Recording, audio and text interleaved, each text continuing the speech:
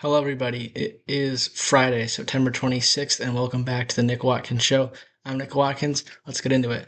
So, yesterday the Giants did not play, but there was plenty of action from football and baseball. So, we'll start with football. On Thursday Night Football last night, the Seahawks beat the Cardinals 23-20 in Arizona thanks to a game winning field goal from Myers. The Seahawks improved to 3-1 on the year, while the Cardinals fall to 2-2. It was a pretty, you know, average, mundane game for the first three quarters, but the scoring in the fourth quarter really turned up. The Cardinals scored two touchdowns, and the Seahawks were able to win the game with the field goal. The One of the big plays in the game was the kickoff after the Cardinals had tied up the game, where Ryland didn't make it to the landing zone on his kick, and the ball was placed at the 40-yard line with 28 seconds to go, and that's how the Seahawks were able to get down the field and kick the field goal to win the game. So it's it was a big game for the NFC West and the standings. The Seahawks now 3-1. The Cardinals are 2-2, so it's a Niners win. On Sunday, we'll still be in first place, but if we lose, we'll be tied with the Seahawks, although we do have the tiebreaker. So it is still early in the year. It's the first game of week 4, but this game could potentially have playoff implications down the line. So that's what happened in football. Now let's talk baseball with a very exciting day. Some of the big games were in Chicago and Toronto, as well as Arizona. So we'll start in Arizona with the Dodgers winning 8-0 over the D-backs. Yamamoto got the win, and with that, the Dodgers have clinched the NL West. They have won for, I believe, the 12th time in the last 13 years, and of course, the one that they didn't get was when the Giants won 107 games in 2021. Say that the Dodgers clinched the West, clinched the postseason, and now they're just trying to chase down the Phillies. Although I'm not sure they can. There might not be enough time. Um, yeah, they're 4 games back with 3 to go. So the Dodgers are locked into the 3 seed, and they will play either the Mets, the Reds, or the D-backs. But based on how the Mets have been playing, it looks like it's going to be the Mets, unless something else changes. The Mets won against the Cubs 8-5 yesterday, and Edwin Diaz picked up his 28th save of the year, while Nolan McLean picked up his 5th win in a nice start. So the Mets won. The Blue Jays beat the Red Sox 6-1 thanks to a grand slam from Varsho, and the Yankees beat the White Sox 5-3, so they remain tied in the AL East. And then the Tigers snapped their losing streak.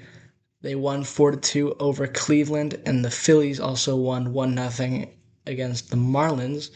Astros beat the A's, and the Reds beat the Pirates thanks to a home run robbery in the ninth inning by Marte. He took a homer away from Reynolds, and that allowed the Reds to win the game and stay just a game back of the Mets in the NL wild card. So that's how it's looking for yesterday.